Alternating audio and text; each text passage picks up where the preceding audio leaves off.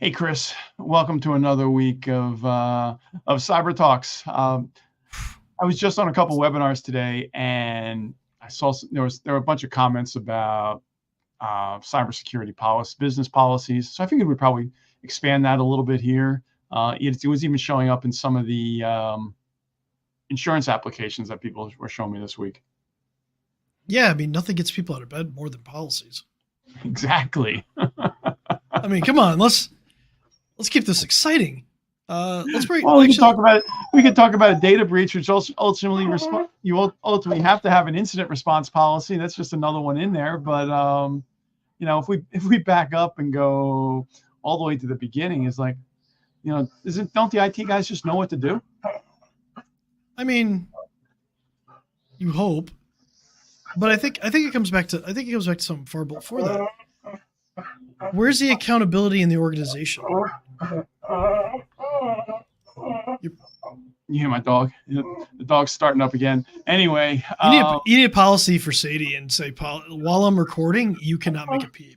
How about a policy that says the landscaper can only come on a certain day too, because that's what she's barking at. That's what's got her all concerned. That's okay. People love dogs. This will boost our ratings. My beagle pictures get a lot of interaction, and people like dogs. Yesterday was socks snoring that got 100 views. There you go. So anyway, back to policies. If you post a picture of either of us snoring, it's creepy. Anyway, I think it comes down to we have to talk about accountability inside of an organization. One of the best analogies I've ever worked with this is accountability is the game and policies are the rules of the game. Okay.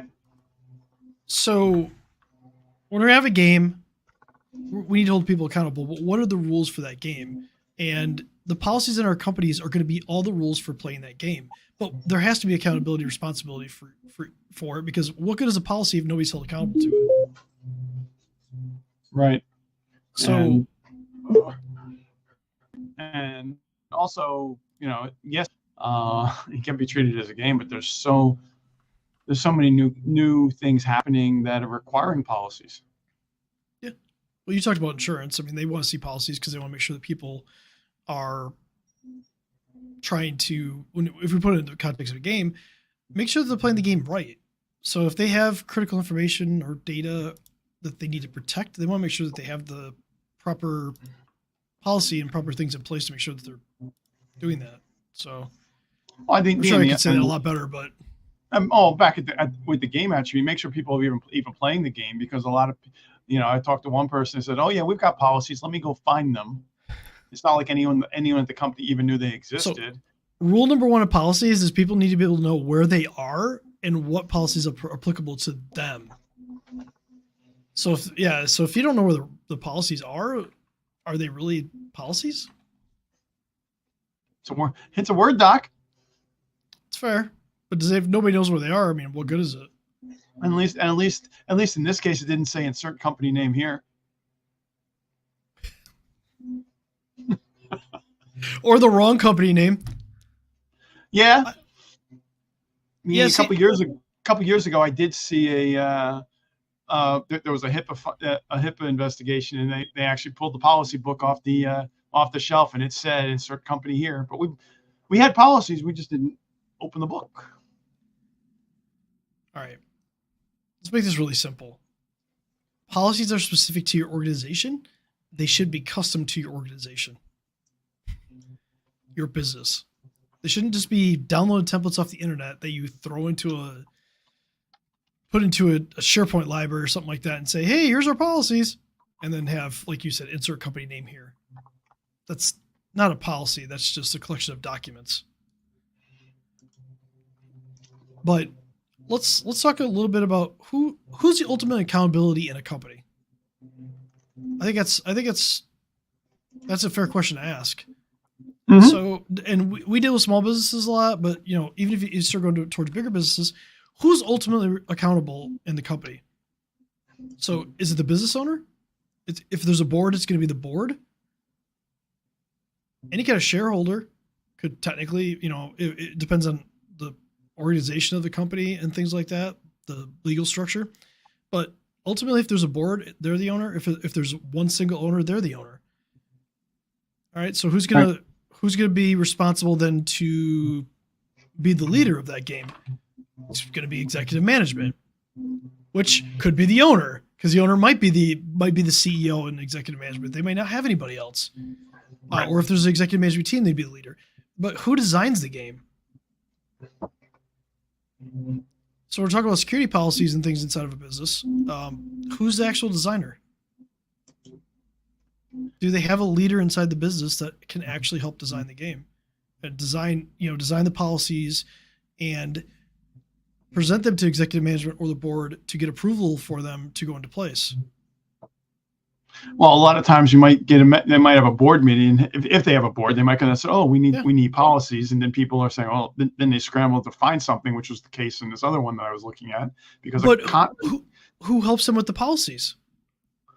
Have they defined that? They haven't. They're reaching out at the last minute. Oh, let's go to the IT guys and get it done. Well, the IT policies, there's a start, but it's not everything. Policies and procedures go far beyond IT, though. There's HR, Absolutely. There's sales, there's marketing, there's business operations. Who's accountable and who's going to be responsible for that? And if the company doesn't define who that is, it's going to fall on the owner. Well, the owners are accountable regardless, but they may not be responsible for getting the policies done, but they're accountable for them. So when I talk to companies, even larger companies, they don't even think about this.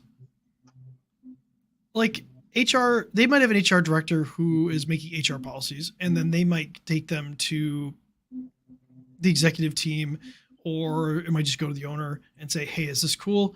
And they'll approve them. They may not talk to legal representation, which can be sticky, especially in employment law. But that's how it usually goes. They just look at an IT company, like if they hire an outsourced IT company, they just expect them to make policies, and that's not part of the actual relationship most of the time. Yeah. Most of the time, it has nothing to do with that. Well, you bring up a good point that a lot of companies will work with an outside company to actually develop an employee handbook or a policy handbook because they need it, and they're not really not going into what the policies that we need around cybersecurity to run your business, and they're just not there. But why do we need policies? It's all about accountability. Absolutely. That's where it comes down to. So, now that we've talked about that, one thing that people need to understand too is policies, compliance to that is mandatory. If you have a policy in your company, it's mandatory. Doesn't matter who it is. If you put a policy in place in your company, it's mandatory for everybody to follow that. Okay.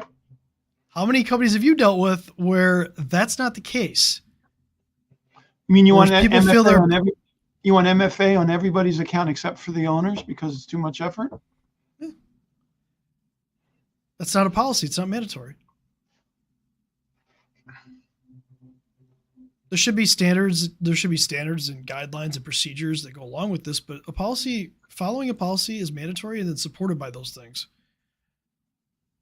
And we need requirements inside of a policy. So I think the biggest problem that we see, or at least that I see, is people's lack of understanding of why they need it and that it is a mandatory thing and that everybody must do it. And a policy doesn't get implemented overnight. You're gonna have like a draft of a policy. It has to be approved by the owner or the board or whatever structure you have in your business. And then it has to be adopted, and then it has to be held accountable. So you get to a point where it's like, if the team at the top is not going to look at it like that, are you having policies for the sake of having policies, or are you actually having policies for accountability? There's a big difference there. And I see the latter more than the former, where people just want to have policies, but they don't hold anybody accountable for them. Sure. Because they can check the box.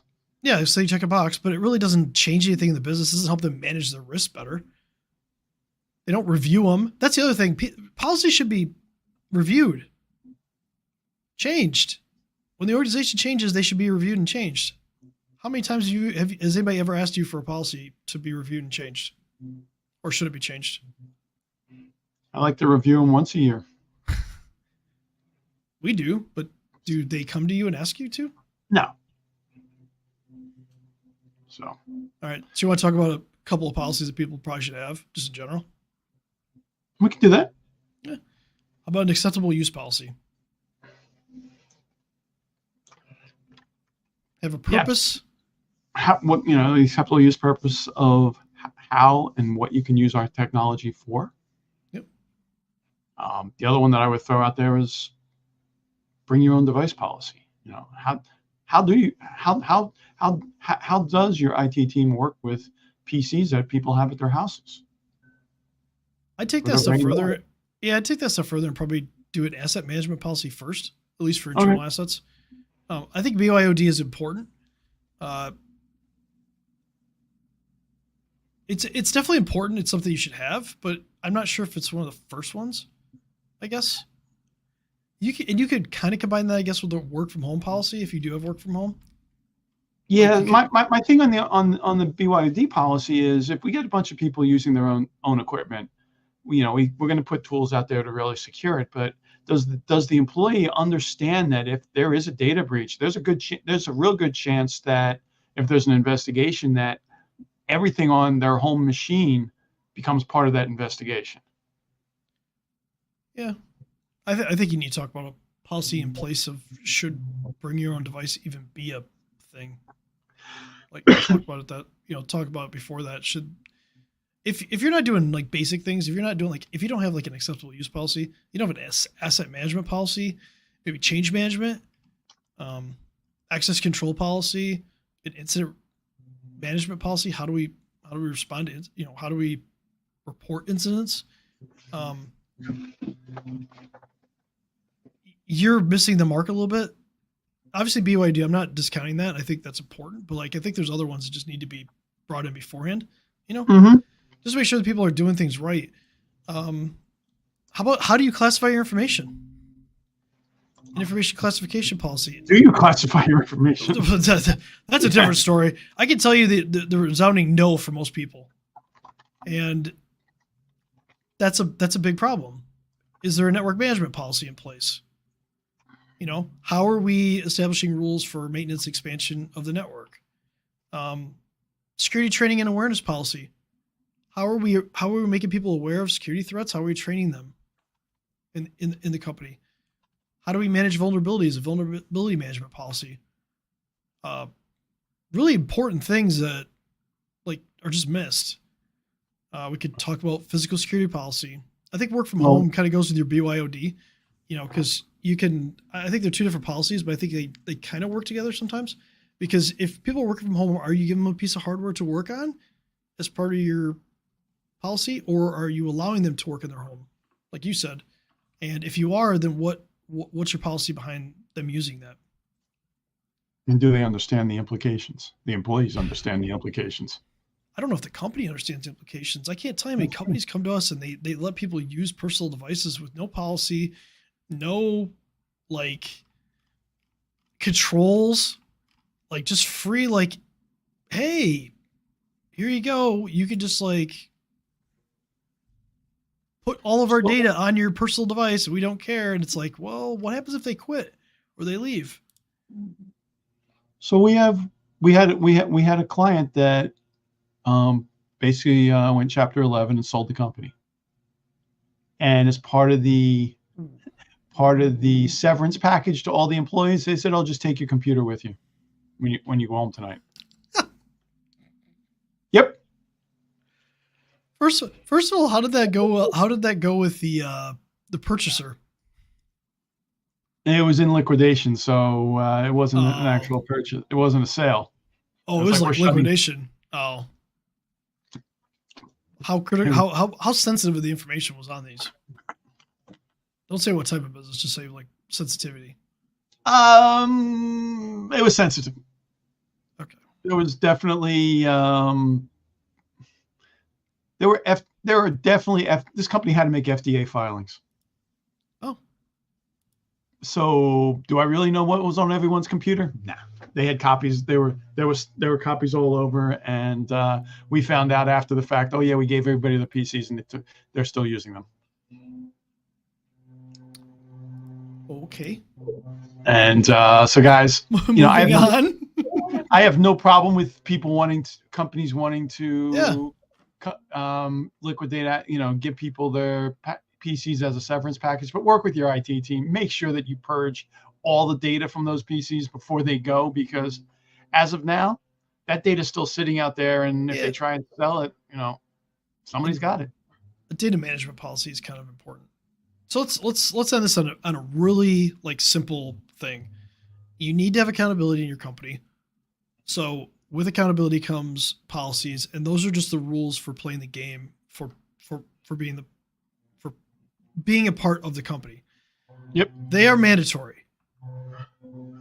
You cannot play a game without somebody running the game. So you have to make sure that the people at the top of this organization, throughout the entire organization, know the rules for the entire game that we're playing, and they follow them. There's no exceptions to those rules. When you make these are for everybody. And just understand that. And for good measure too, because honestly, if you're a CEO and you feel like you're above a policy, you're the biggest target. You're the biggest fish that somebody's going to go after. So you have access and have more control in that company than anybody else. So why wouldn't you want to play the game within the rules?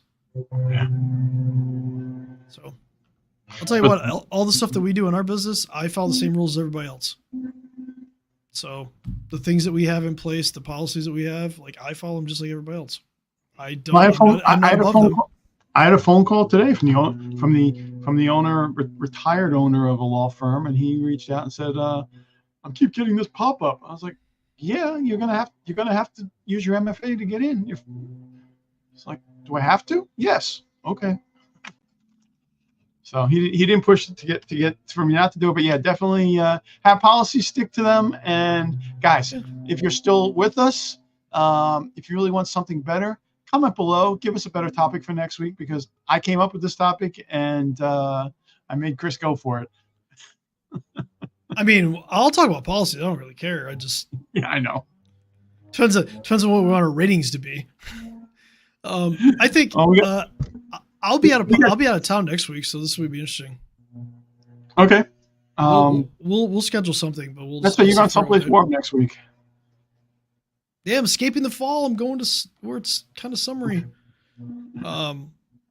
Yeah, drop a comment down below. Let us know what you want to hear about. We can talk about horror stories. We can talk about other things. Cybersecurity Awareness Month. This week's all about phishing. So if you want to talk a little fishy, we can talk about that. By the way, when you make phishing videos, it's like the worst thing in the world when you use AI to auto caption things, because it spells phishing. And when you say phishing in a video 7 times or 8 times, it just keeps auto correcting it to phishing. So, man, that mower is on top of you, isn't it? And it's a leaf blower outside now. Leaf blower? All right. Well, the chaos at Bob's house needs to end. So, everybody stay safe, and we'll talk to you next week.